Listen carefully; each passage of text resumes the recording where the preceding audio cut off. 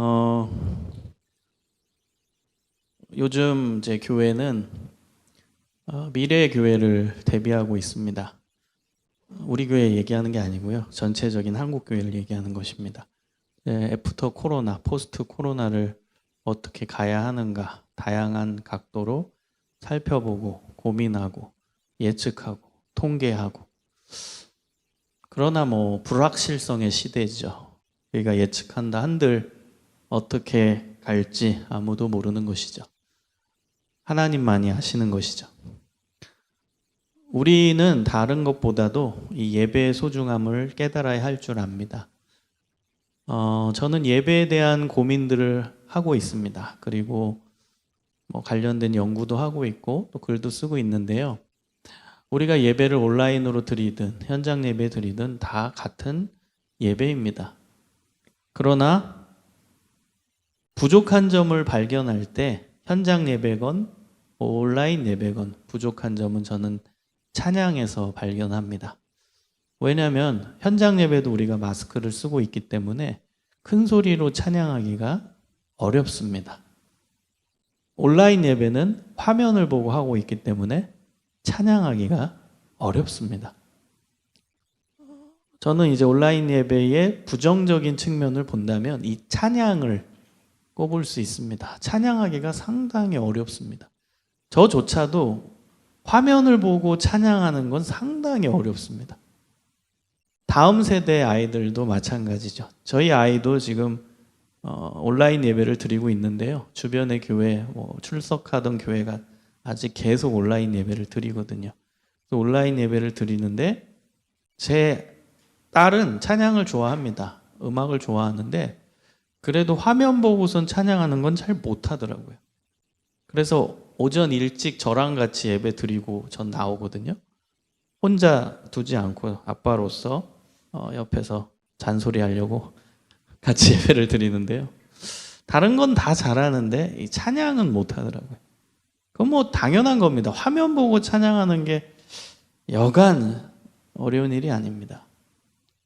그리고 보통 이제 찬양을 할 때 우리는 듣는 역할을 하게 되는 거죠. 화면에 나오는 솔리스트의 찬양을 듣고 찬양팀의 찬양을 듣는 역할을 하게 되는 그게 이제 온라인 예배의 맹점이라고 생각을 합니다. 그런데 여러분이 이 부분을 주목해 봐야 하는 이유는 뭐냐면 제가 예배 정의에 대해서 말씀을 드렸죠. 예배가 뭔지. 한마디로 정의하면 하나님께 감사하고 찬양하는 의식이 예배입니다. 찬양하는 의식이 예배입니다. 찬양이 예배의 요소 중에 사실 가장 중요합니다. 예배는 하나님께 우리가 올려드리는 거거든요. 그리고 하나님의 음성을 듣는 거거든요. 하나님의 음성을 듣는 것은 하나님의 어찌 보면은 말씀을 대언하는 목회자가 하나님의 메시지를 전해주면서 대리로 하나님의 뜻을 전달하는 것이죠. 그럼 우리가 해야 되는 역할은 하나님께 찬양을 올려드리는 것이죠. 근데 이 올려드리는 게 이제 예배의 가장 중요한 핵심이거든요. 그 다음 이제 하나님이 우리에게 말씀을 주시는 거거든요. 그래서 여러분이 올려드리는 이 찬양이 얼마나 중요한지, 우리가 해야 되는 찬양 예배에 있어서 가장 중요한 요소는 예배에 있어서 가장 중요한 부분은 찬양이라는 걸 여러분이 깨닫고 정말 전심을 다해서 찬양했으면 좋겠어요. 비록 마스크를 쓰고 있지만 여러분의 마음은, 여러분의 영은, 여러분의 생각은, 여러분의 관심은, 여러분의 집중은 오직 찬양이길 소망합니다. 그리고 지금 화면을 이제 송출해서 이 영상을 볼 텐데요. 집에서 이제 온라인 예배를 드리는 우리 성도님들 또 우리 청년들은 찬양할 때 화면을 보고 한다고 생각하지 마시고 하나님을 생각하면서 있는 자리에서 열심을 내서 찬양할 수 있기를 소망합니다. 찬양이 핵심입니다. 하나님을 찬양하는 게 가장 중요합니다. 찬양을 잃어버리면 안 됩니다. 찬양이 살아야 됩니다. 그것이 예배가 사는 비결이고 우리의 신앙이 사는 비결입니다. 저는 오늘 좁은 문으로 가라라는 제목을 가지고 말씀을 증거하려고 합니다. 오늘부터 한 달 동안, 다음 주는 성경 특강이기 때문에 다음 주 빼고요. 한 달 동안 일사각오라는 주제로 말씀을 증거하려고 합니다. 그래서 여름 집중 예배라는 타이틀을 가지고 주제를 정해서 설교를 진행하려고 합니다. 여러분, 일사각오, 이 한문인데요. 이건 누가 얘기했냐면 주기철 목사님께서 하신 말씀입니다. 이제 몇 주 후에 주기철 목사님의 영화를 볼 거예요.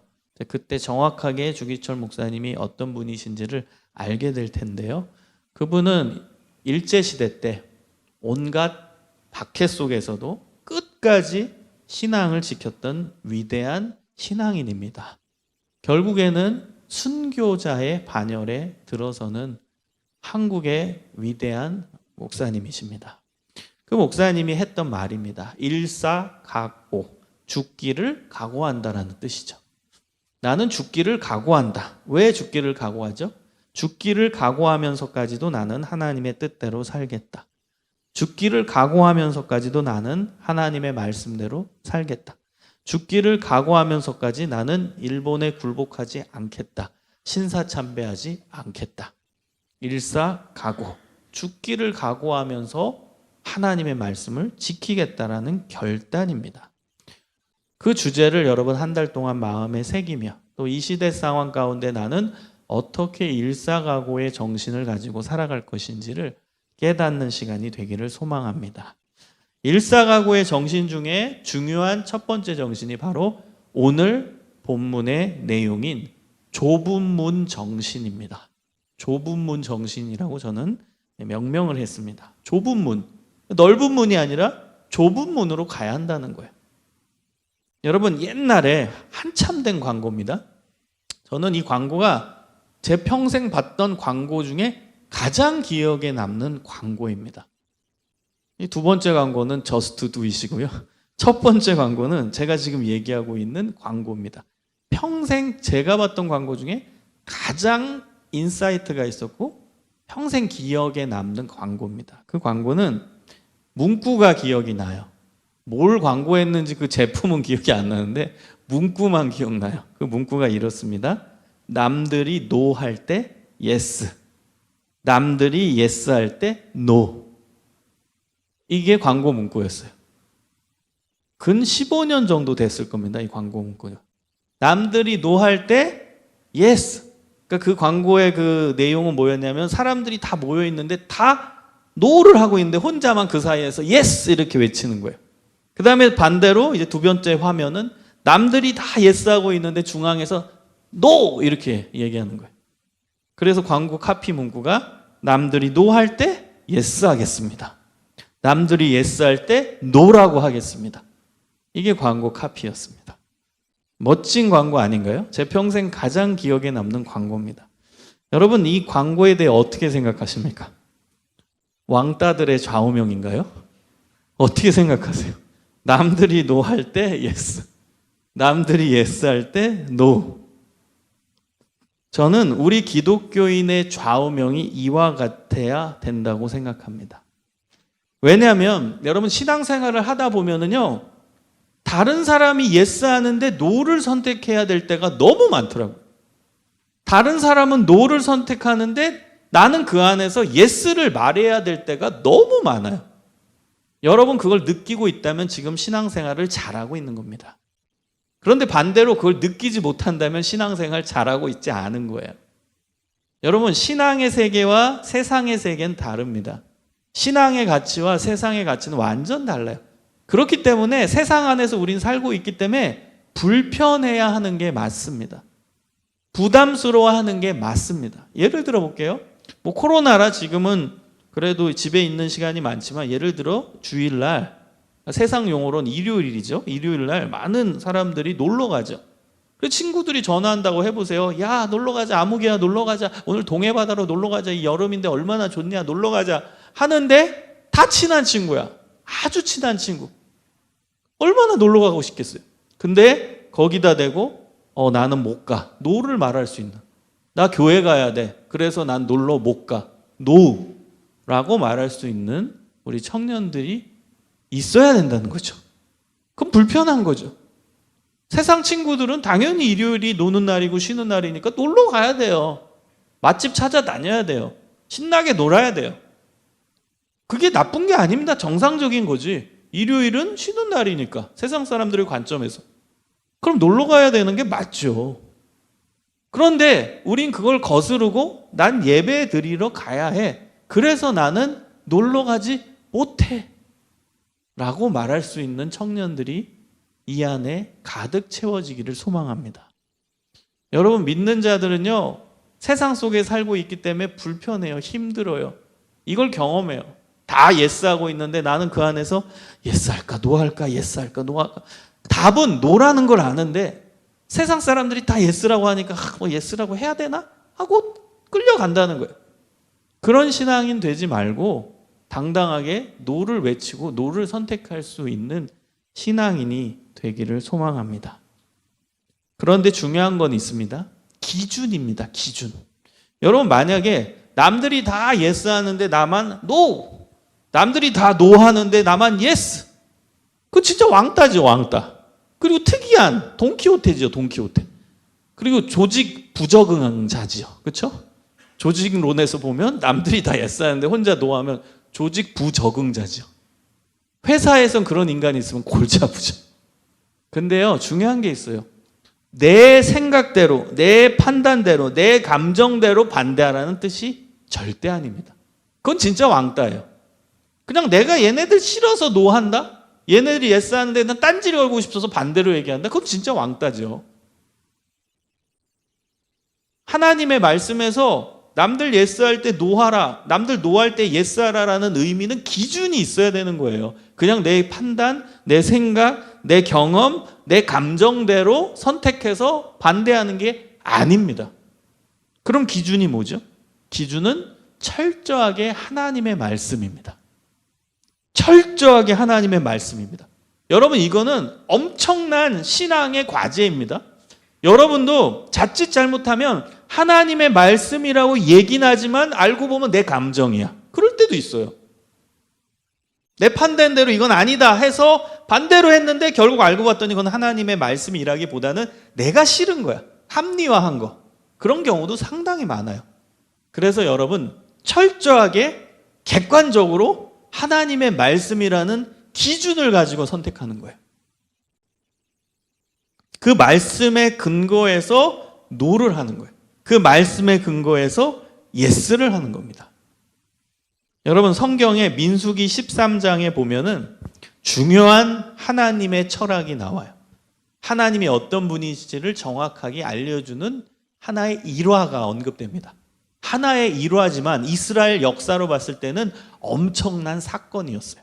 그 사건은 이스라엘 백성들이 광야에 있을 때 이제 모세가 가나안 땅으로 들어가기 전입니다. 모세가 이스라엘 백성들을 이끌고 가나안 땅에 들어가기 바로 전에 가데스 바네아라는 곳에 머물어서 마지막으로 지파별로 대표자 한 명을 뽑아서 정탐꾼을 가나안 땅에 미리 보내는 작전을 짭니다.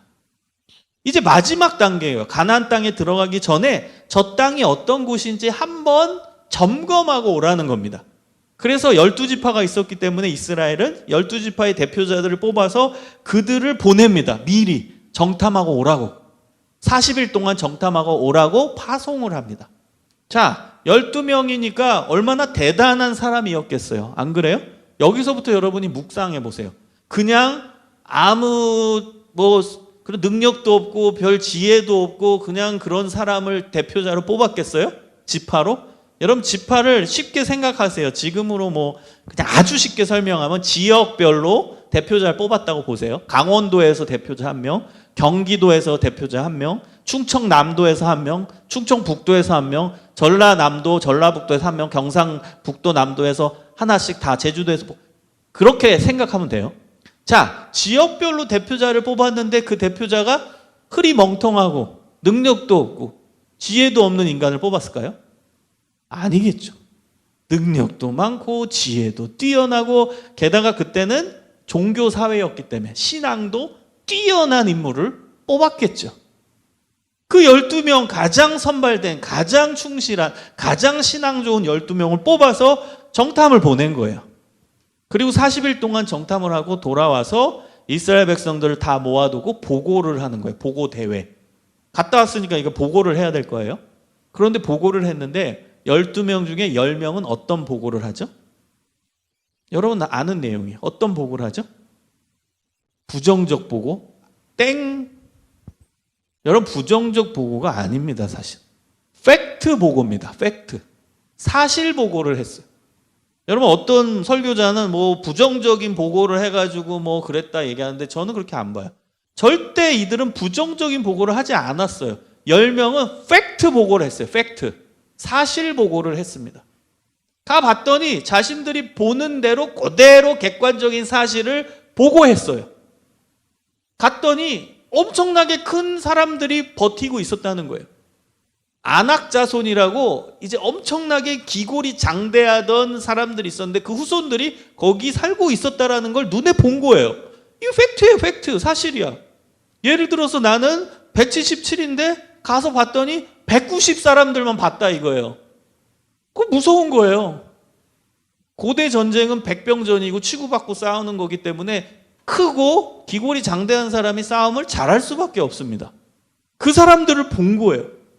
그러니까 돌아와가지고 엄청나게 큰 사람들이 우리를 버티고 있다.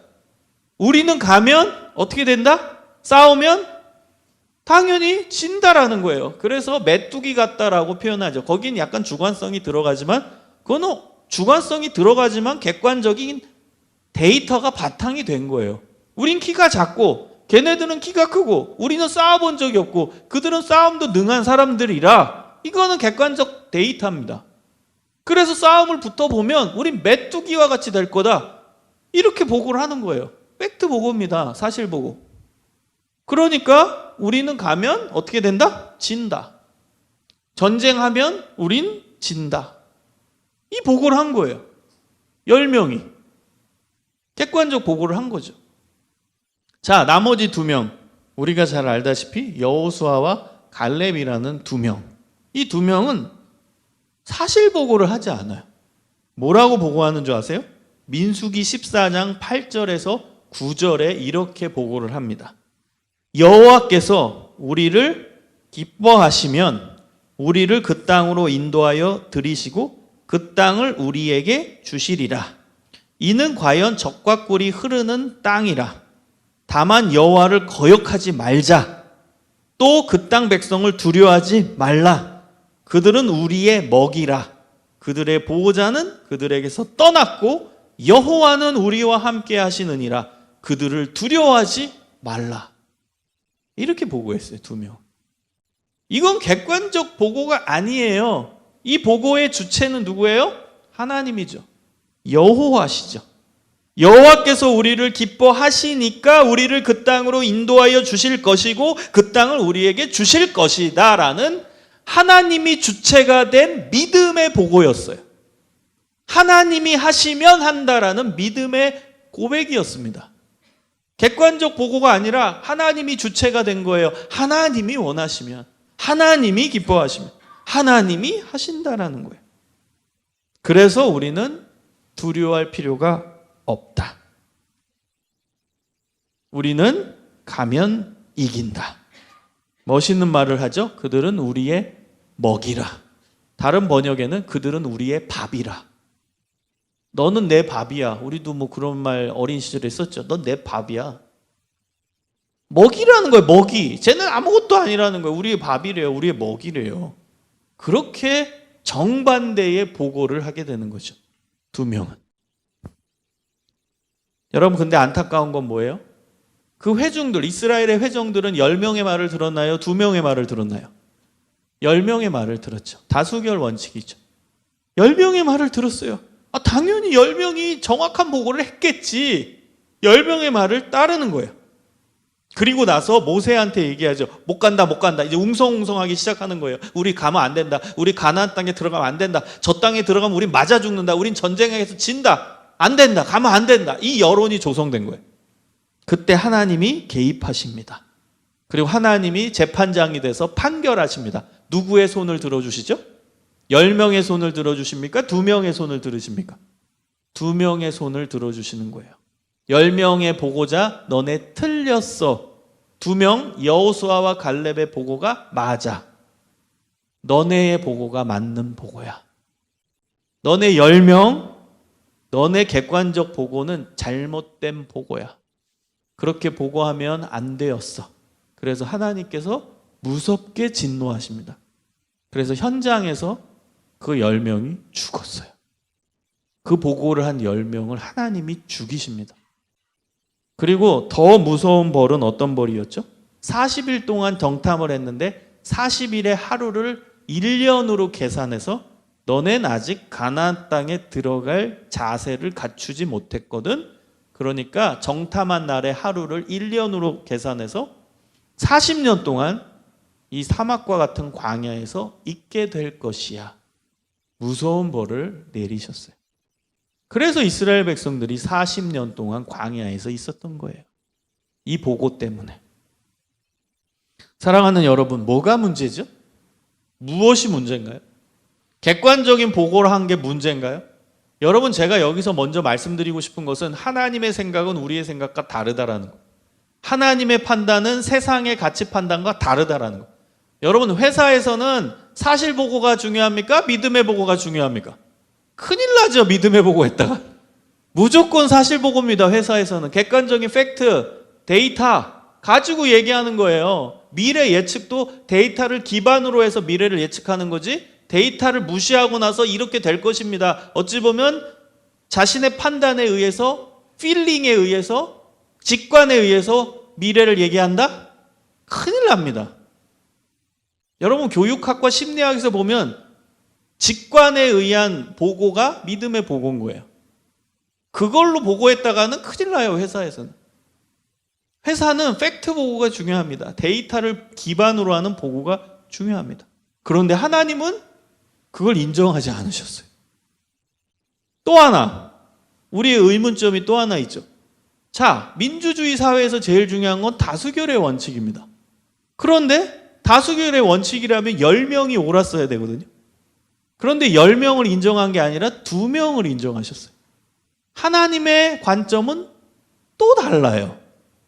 하나님의 관점은 많은 사람들이 따라간다고 그게 옳다라고 말씀하시지 않습니다. 오히려 많은 사람이 따라가지 않는 그 선택이 하나님의 선택일 확률이 높다라고 말씀하십니다. 왜냐하면 인간은 욕심이 있고 인간은 인간 본연의 이기적 본능과 본성이 있기 때문에 그걸 근거로 해서 가게 된다라는 거예요.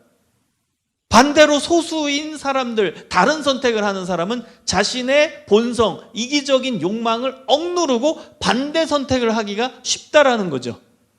소수지만 그 소수는 반대 선택을 한 거예요. 이기적인 욕망을 거스르는 선택. 그러니까 소수일 수밖에 없다는 거예요. 인간은 자기 편한 대로 선택하길 원한다라는 거거든요. 그래서 다수결이 위험할 수도 있다라는 거예요.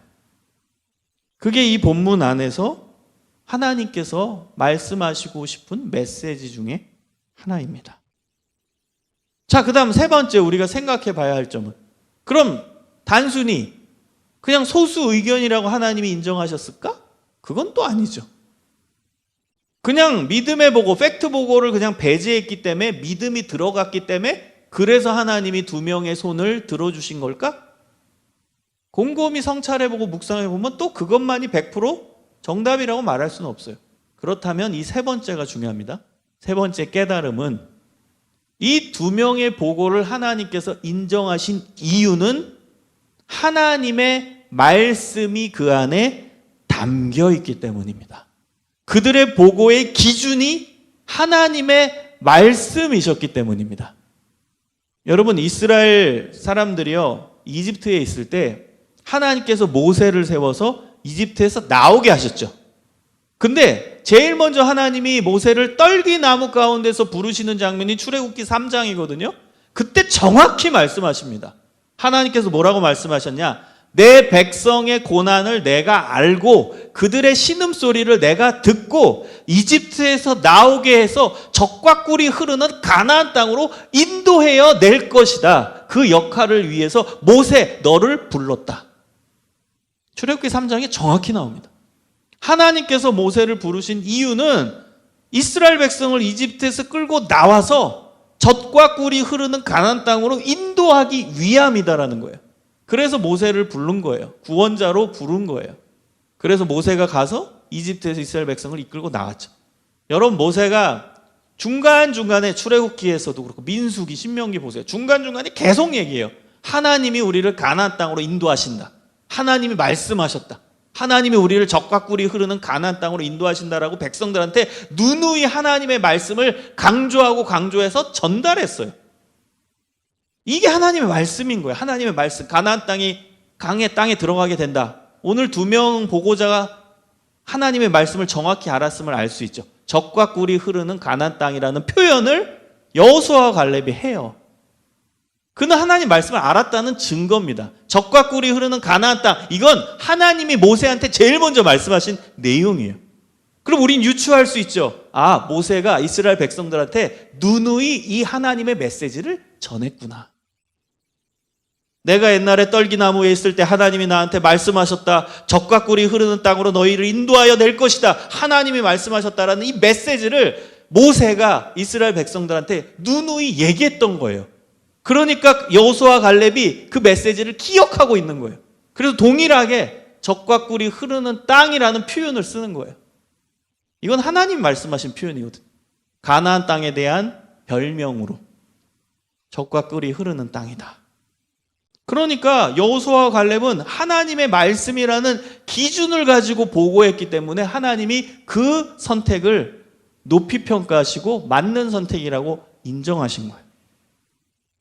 사랑하는 여러분, 하나님의 말씀이 기준입니다. 하나님의 말씀대로 행동하고 하나님의 말씀대로 선택하고 하나님의 말씀대로 움직이고 하나님의 말씀대로 말하는 것이 하나님의 뜻입니다. 여러분, 그 뜻대로 살아가기를 소망합니다. 여러분, 이것은 우리의 신앙생활뿐만 아니라 우리의 신앙이 확대되면 우리의 사회생활까지 연결되는 거예요. 이 사회생활이 확대되면 온 세상을 위한 어떠한 일을 추진하는 것도 다 포함됩니다. 거창한 일까지 다 포괄하는 거예요. 역사를 움직이는 일까지 다 포함되는 겁니다. 예를 들어 볼게요. 제가 좋아하는 분이 마틴 루터킹 목사님입니다. 흑인 인권 운동을 하시다가 돌아가신 마틴 루터킹 목사님. 젊은 시절에 제가 그분한테 굉장히 많은 영향을 받았어요. 그래서 이분 관련된 책도 대학생 때 많이 구해서 읽었고요. 그리고 내가 유학을 간다면 나는 이분이 나온 학교를 가고 싶다라는 결심도 해서 실제로 이분이 나온 학교에서 학위를 마쳤습니다.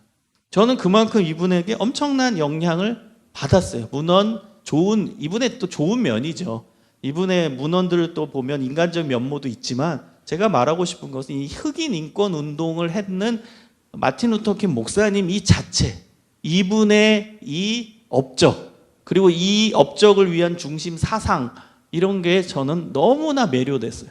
그리고 이게 하나님의 뜻이라고 정말 확신을 가졌습니다. 여러분, 이분은 미국 흑인 인권 운동을 했어요. 그리고 비폭력 방법을 통해서 흑인만 잘 사는 나라가 아니라 흑인, 백인, 히스패닉 모두가 다 평화로운 사회를 만드는 게 목표다. 왜? 이것이 하나님의 말씀이고 하나님의 뜻이니까. 그래서 이분은 연설 가운데 하나님의 말씀을 자주 인용하십니다. 목사님이시기 때문에 더더욱 그러할 수 있죠. 자, 보세요. 평등.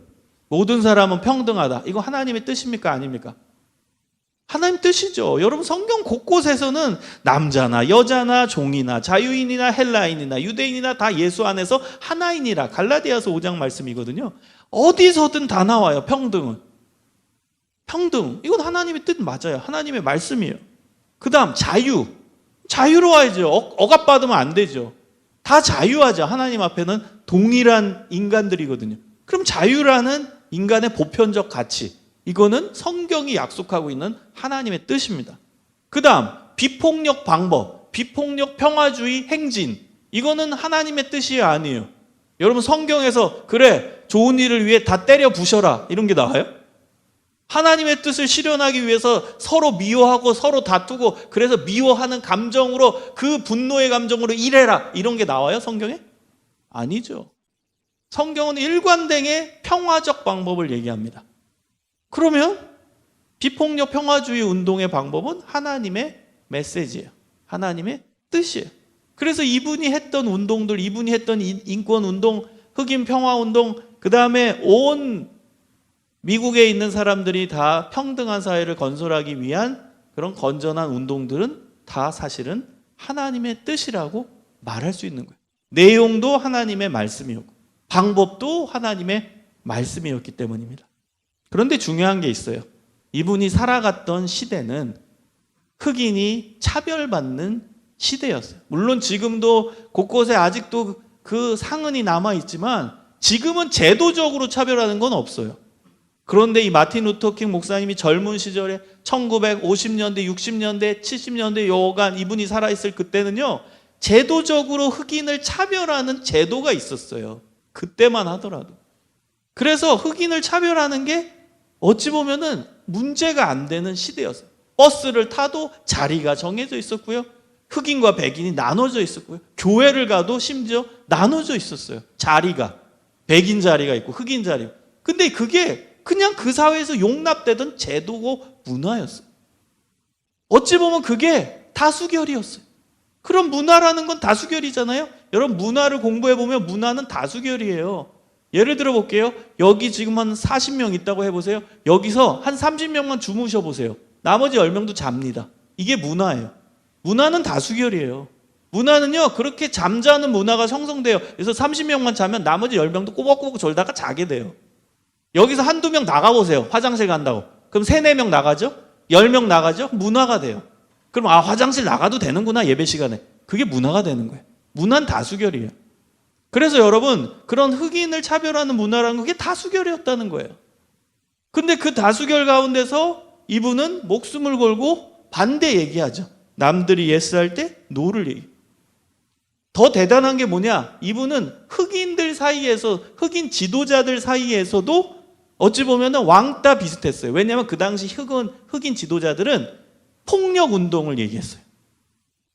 마틴 루터 킹과 그 소수만 빼고는 다 폭력 운동을 얘기했어요. 뭐 폭파시켜야 된다. 백인들 중심 사회에 가서 폭탄 던져야 된다. 싸워야 된다. 총 들고 싸워야 된다. 다 이랬어요. 지도자들이. 흑인 인권 지도자들이. 그런데 이분은 그 흑인 인권 지도자들 사이에서도 왕따였어요. 폭력 운동하면 안 돼. 우리 백인 미워하면 안 돼. 우린 미워하지 않아. 우린 백인을 사랑해. 우리는 하나님의 뜻대로 모든 사람이 다 평등하고 자유한 나라를 만드는 거야. 이게 하나님의 세계거든. 그걸 자꾸 주입하고 자꾸 얘기하고 그래서 왕따였어요. 흑인 지도자들 사이에서도. 여러분, 남들이 노할 때 예스할 수 있고 남들이 예스할 때 노할 수 있는 뭘 기준으로? 하나님의 말씀, 하나님의 뜻으로. 그래서 저는 이분을 좋아한 거예요. 와, 이분은 진짜다. 미움이 없었다. 그래서 이분이 운동할 때 파워가 있었던 이유는 뭔지 아세요? 백인들이 이분을 도와줬어요. 마틴 루터 킹 목사님 주변에 백인들이 많았어요. 좋아했어요, 마틴 루터 킹 목사님. 그래서 백인들 중에 깨어있는 사람들, 그리고 정말 기독교인 사람들이 도와줬어요. 마틴 루터 킹 목사님 운동을. 그래서 거국적인 운동이 될 수 있었어요. 언론사들도요, 백인 언론이 대부분이었는데 이분을 자꾸 취재하고 알렸어요. 이분을 좋아했어요. 제가 연설, 우리가 잘 아는 뭐 I have a dream 같은 경우가 이제 명연설이죠. 그 연설 몇 군데만 인용해 볼게요. 나에게는 꿈이 있습니다.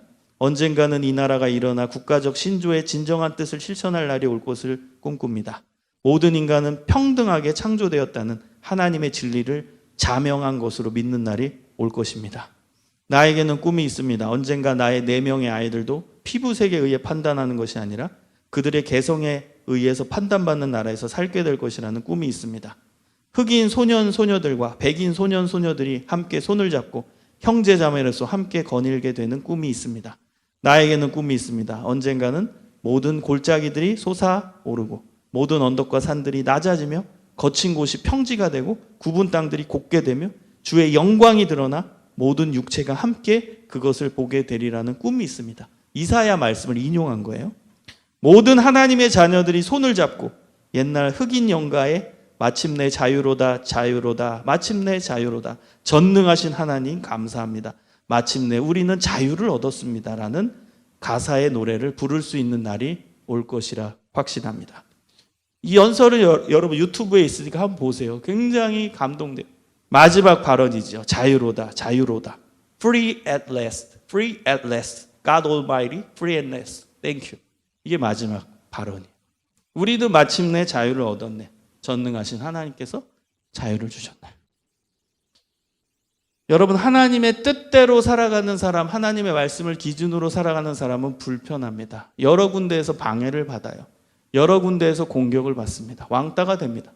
그러나 하나님의 뜻이니까 선택을 하는 거예요. 선택을 해서 결국 희생당할 수 있죠. 그래도 하나님의 뜻이 중요한 것입니다. 여러분, 오늘 예수님의 말씀은 명언인 거 아시죠? 좁은 문으로 가라. 좁은 문으로 가라. 여러분, 좁은 문으로 예수님이 가라고 말씀하셨어요. 근데 우리의 심리는 우린 넓은 문, 남들이 가는 길, 다수결의 길을 선택해요. 넓은 길이 편안하거든요. 넓은 길이 익명성을 보장하거든요. 넓은 길이 그냥 조용히 묻히면서 편안하게 살기 딱 좋거든요. 그런데 예수님께서 말씀하십니다. 생명으로 인도하는 문은 좁고 길이 협착하여 찾는 자가 적다. 생명으로 인도하는 길, 하나님의 뜻대로 인도하는 길은 좁아요. 그래서 잘 안 가요. 그 길을 안 가요. 가야 되는데. 여러분, 신앙생활은 좁은 문으로 들어가야 온전한 신앙생활이 될 수 있어요.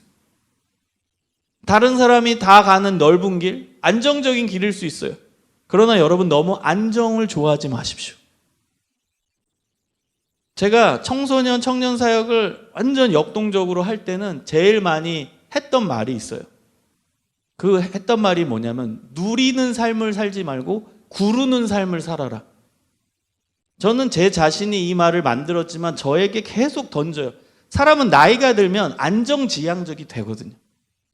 그런데요, 우리의 삶은 안정지향적이 되면 사실 안 됩니다. 신앙생활 해보세요. 안정지향이 되면요, 그럼 안주합니다. 안주하다 보면 누리게 돼요. 누리다 보면 잘짓 잘못하면 타락합니다. 그래서 여러분, 자꾸 누리는 삶, 지금 젊은 시절부터 뭐 편안한 삶, 뭐 집도 있고, 뭐 자동차도 뭐 적당한 거 잘 있고, 뭐 지갑에 돈도 꽤 있고, 안정만 추구하려고 하지 마세요. 누리려고만 하지 마세요. 지금 여러분은, 더더욱 청년 여러분은 누리는 시기가 아니에요. 구르는 시기지. 자꾸 굴르는 시기예요. 도전하는 시기예요. 어려운 길을 가는 시기예요. 힘든 길을 가는 시기입니다. 제 인생 가운데 제일 잘한 선택은 뭐냐면, 제가 군종 목사로 있을 때 되게 편안했어요. 군종 목사가 사역지도 보장돼요. 그 다음에 뭐 국가 공무원이기 때문에 월급도 잘 나와요. 그 다음에 뭐 담임 목사이기 때문에 뭐 군대 교회는요, 그냥 목사가 하라는 대로 다 해요. 회의가 없어요. 하라면 해요. 다 합니다. 아주 편해요, 목회하기. 모든 게 보장돼요. 좋았는데 제가 그때 어떤 선택을 했냐? 어려운 데 가야겠다. 굳이 안 나와도 되는데 어려운 데 가겠다고 나와가지고 인도네시아 선교사로 간 거. 저는 그걸 제일 잘한 선택이라고 봐요. 가서 진짜 병에 걸려서 죽을 똥 살 똥 고생했지만 지금 돌아보면 너무나 저에게는 가장 값진 선택이었어요. 굳이 선택 안 해도 되는데 제가 선택을 했거든요. 좁은 문으로 가는 선택, 여러분 해보세요. 결국 그 길이 생명으로 인도하는 길입니다. 그 길이 복의 길이에요. 여러분, 놀라운 게 뭔지 아세요? 우리 하나님은 공짜가 없으신 하나님이라는 사실. 우리는 뭐 좁은 길을 선택하면 이제 망했다. 좁은 길을 선택하면 야, 이제 나는 직살이 고생하다 죽겠다. 이것만 생각하거든요. 안 그래요. 우리 하나님은 공짜가 없으세요. 여러분, 좁은 길을 선택하면 하나님이 얼마나 놀랍게 역사하시는데요. 얼마나 놀랍게 내 삶을 인도해 주시는데요. 우리는 넓은 길만 선택했기 때문에 그 기적을 체험 못 해보는 거예요. 여러분, 좁은 길을 선택할 때 기적이 따라옵니다. 좁은 길을 선택했을 때 하나님의 놀라운 일하심을 보게 됩니다. 여러분, 좁은 길을 선택해 보세요. 좁은 길을 선택하려면 물론 제일 필요한 건 뭐예요? 용기죠, 용기. 여러분, 좁은 길 선택하는 자체가 용기예요. 용기가 있어야 돼요. 근데 그 용기는 어디서 오는 줄 아세요? 성령이 주시는 거예요. 용기는 절대로 의지 갖고 안 됩니다. 성격 갖고 안 돼요. 어떤 사람은 막 성격이 난 원래 용감해. 성격도 한계가 있어요. 그리고 성격이 용감하지 않은 사람은 의지적 훈련으로 용기를 가져야 돼, 용감해야 돼, 용감해야 돼, 마인드 컨트롤한다고 용기가 생길 줄 알아요? 하루 이틀 생기다가 또 좌절하죠. 여러분, 진짜 용기는 내 안에 계신 성령께서 주시는 거예요. 성령께서 용감하게 갈 수 있도록 힘을 주십니다. 용기의 근원은 성령이십니다. 그래서 여러분 안에 성령님이 충만하셔야 돼요. 그때 용기가 생겨서 좁은 문 선택을 할 수 있게 되는 것입니다. 여러분, 사도행전 21장에 보면 사도 바울이 로마로 가기 전에 사람들은 사도 바울을 말려요. 가지 못하게. 로마 가기 전에 예루살렘을 거쳐서 가거든요. 그리고 예루살렘에서 그 바울은 선교하기로 결정을 해요. 근데 바울 주변의 지인들이 다 말리는 거예요. 뜯어 말리는 거예요. 가면 안 된다고. 예루살렘 가면 너 죽는다고. 가지 말라고, 가지 말라고. 막 말립니다. 바울이 알았을까요? 몰랐을까요? 위험이 있다라는 거 알았을까요? 몰랐을까요? 너무나 잘 알고 있어요. 그런데도 그 좁은 길을 선택합니다. 그 좁은 문을 선택합니다. 사도행전 21장 12절에서 14절에 보면 우리가 그 말을 듣고 그곳 사람들과 더불어 바울에게 예루살렘으로 올라가지 말라 권하니 바울이 대답하되 여러분이 어찌하여 울어 내 마음을 상하게 하느냐.